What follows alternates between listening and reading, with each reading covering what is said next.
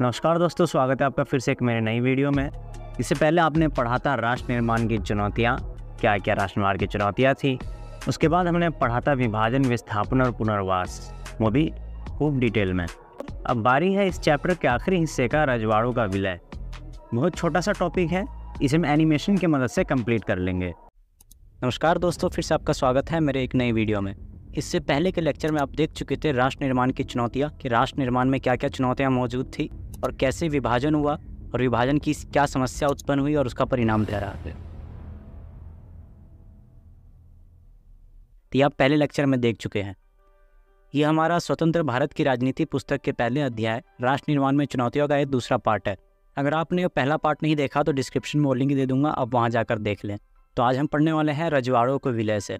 तो हम इसे समझते हैं कि भारत की आज़ादी के समय भारत में लगभग 562 रियासतें मौजूद थी और समस्या यह थी कि भारत की ज़्यादातर देसी रियासतें भारत के मध्य यानी भारत के बीच में, कहीं भारत के तटवर्ती जगह पे, कहीं भारत के पूर्व में, कहीं भारत के पश्चिम में बसे हुए थे।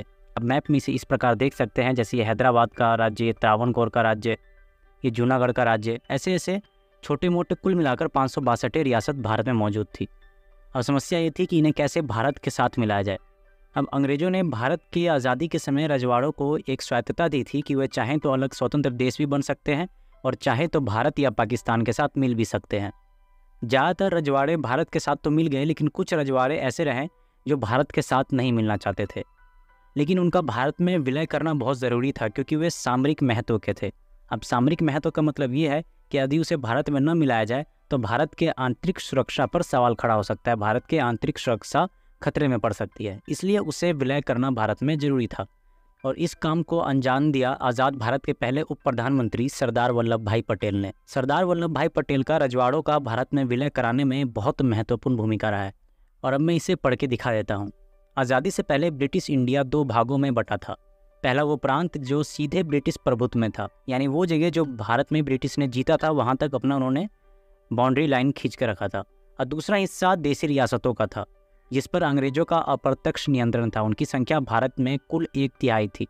अप्रत्यक्ष नियंत्रण का मतलब ये है, जनता पर शासन तो देसी रियासत के राजा करते थे, लेकिन उस राजा पर कंट्रोल अंग्रेजों का हुआ करता था। तो समस्या क्या थी, समस्या समझते हैं। ब्रिटिश ने यह घोषणा किया कि भारत की स्वतंत्रता के बाद रजवाड़े भी आज़ाद होंगे, वे चाहें तो एक स्वतंत्र देश बन सकते हैं। लेकिन समस्या यह थी कि यदि रजवाड़े भारत से अलग होकर एक नई देश बन जाते तो भारत के लिए बहुत सारी समस्या पैदा हो सकती थी। अब सरकार ने इस चीज़ से निपटने के लिए क्या कदम उठाया, तो उसको समझते हैं।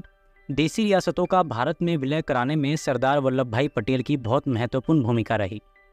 इनके द्वारा देसी रजवाड़ों का भारत में विलय करने के लिए उन्हें कुछ स्वायत्तता प्रदान किया गया, यानी उन्हें कुछ अधिकार दिया गया कि आप भारत में विलय हो जाए, लेकिन आपके ये स्वतंत्रता अधिकार है, उसे हम छेड़खानी नहीं करेंगे। आप चाहे तो अपने राज्य में स्वतंत्रता शासन कर सकते हैं। अधिकतर रजवाड़ों ने इंस्ट्रूमेंट ऑफ एक्सेशन सहमति पत्र पर हस्ताक्षर कर भारत में शामिल हो गए, यानी कि ज़्यादातर जो देसी रियासतें थी वो भारत में शामिल हो गए। उन्होंने एक पत्र पर हस्ताक्षर किया जिसे इंस्ट्रूमेंट ऑफ एक्सेशन कहते हैं। यानी सवाल आ सकता है कि निम्नलिखित में से रजवाड़े किन पत्र पर हस्ताक्षर करके भारत में शामिल हुए, तो ऑप्शन में एक ऑप्शन ये जरूर होगा, इंस्ट्रूमेंट ऑफ एक्सेशन, और आपको उसी पर टिक मारना है। परंतु जूनागढ़, हैदराबाद, कश्मीर और मणिपुर की रियासतों का विलय बाकी की तुलना में कठिन रहा। यानी कि ज़्यादातर देसी रियासतें तो भारत में मिल गए, लेकिन कुछ रजवाड़े ऐसे रहे जो भारत में नहीं मिलना चाहते थे। उनमें एक था जूनागढ़, दूसरा हैदराबाद, तीसरा कश्मीर और चौथा मणिपुर। तो यहाँ हम हैदराबाद और मणिपुर के बारे में पढ़ेंगे और जूनागढ़ और कश्मीर के बारे में हमें 8th चैप्टर में पढ़ना है। तो समझते हैं हैदराबाद की क्या समस्याएँ थी। तो पहला, हैदराबाद का निज़ाम हैदराबाद को एक स्वतंत्र देश बनाना चाहता था। 1947 में निज़ाम ने भारत सरकार के साथ अपनी पुरानी स्थिति बनाए रखने के लिए एक समझौता किया। यह समझौता 1 साल का था। यानी कि हैदराबाद का नवाब ने क्या किया कि वो एक स्वतंत्र देश बनाना चाहता था हैदराबाद को, और उसने भारत सरकार के साथ एक समझौते पर हस्ताक्षर कर लिया था कि हम स्वतंत्र देश के रूप में उभरेंगे। और वो समझौता केवल 1 सालों के लिए ही था। लेकिन क्या समस्या आई, हैदराबाद का भारत में विलय क्यों किया गया? ये तो हैदराबाद क्या चाहता था वो तो हम समझ लिया। अब हैदराबाद का भारत में विलय क्यों किया गया? तो हैदराबाद का निज़ाम एक निरंकुश शासक था, जनता और किसान उसके विरोध में खड़ी हो गई।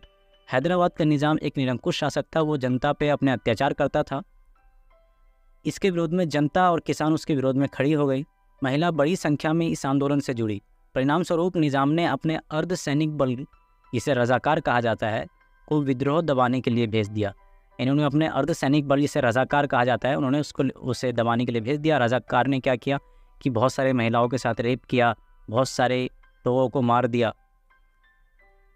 तो रज़ाकारों ने बड़ी दरिद्रता से लोगों को मारना शुरू कर दिया और महिलाओं का शोषण किया।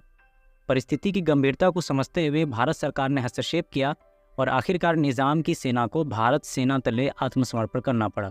इस तरह हैदराबाद का भारत में विलय कर दिया गया। यानी भारत सरकार ने हैदराबाद को भारत में विलय करने के लिए एक ऑपरेशन चलाया था, जिसे ऑपरेशन पोलो कहा जाता है। उस ऑपरेशन पोलो के तहत हैदराबाद को भारत में विलय कर दिया गया।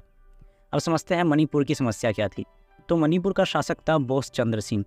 बोस चंद्र सिंह भी चाहता था कि एक स्वतंत्र देश बनाया जाए, लेकिन सरकार ने दबाव बनाया, भारत सरकार ने, और आखिरकार उसे उस सहमति पत्र पर हस्ताक्षर करना पड़ा और वहाँ वोटिंग कराया गया और वोटिंग के ज़रिए मणिपुर पहला राज्य बना, पहला देशी रियासत बना जो वोटिंग के ज़रिए भारत में जैसे शामिल किया गया।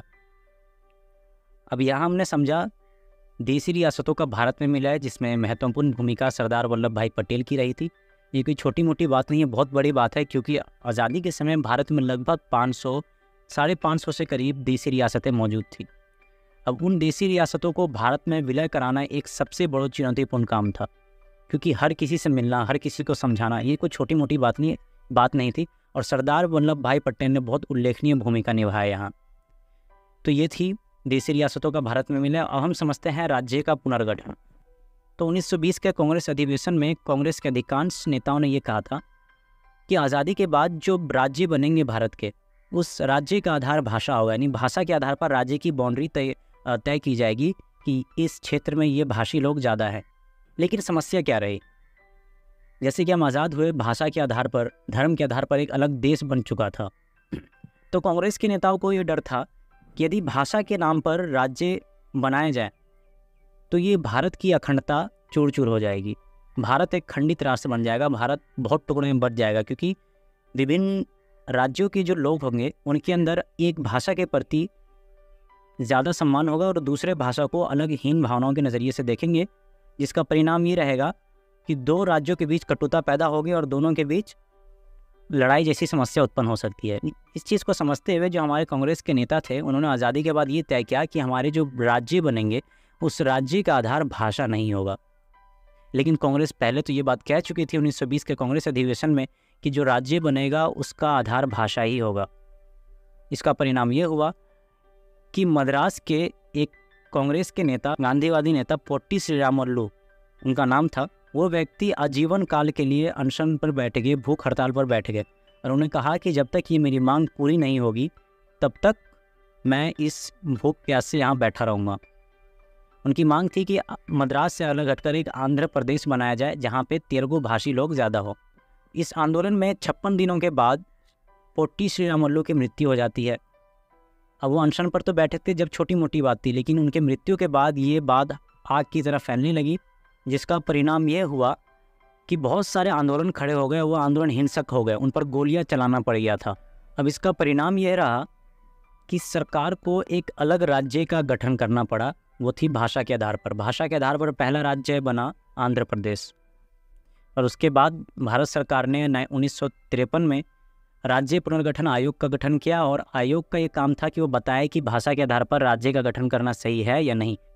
उस आयोग की रिपोर्ट के आधार पर 1956 में राज्य पुनर्गठन अधिनियम पास हुआ, जिसके तहत 14 राज्य और 6 केंद्र शासित प्रदेशों का निर्माण किया गया, गठन किया गया।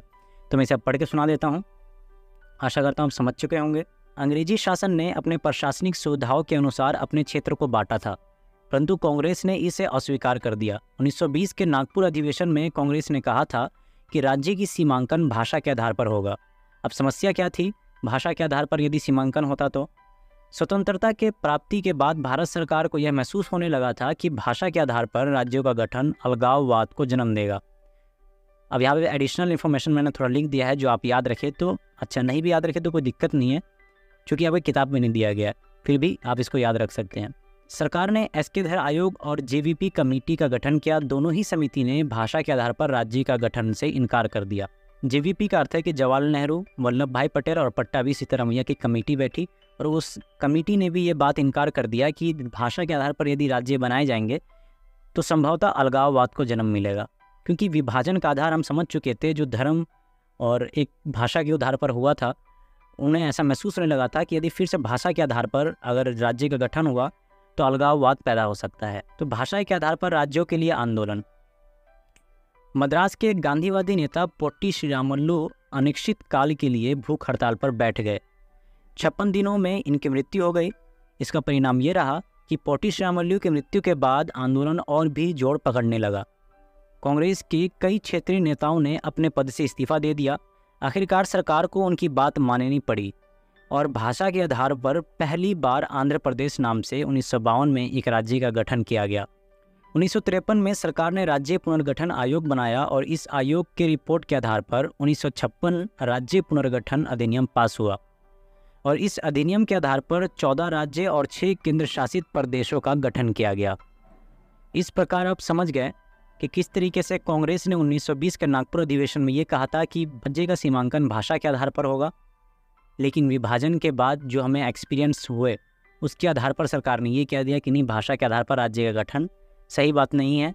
लेकिन बाद में इस पर मद्रास में आंदोलन हुआ। श्री पोट्टी श्रीरामुलु का 56 दिनों के बाद निधन हो गया भूख हड़ताल के बाद, और आंदोलन और तीव्र होता गया।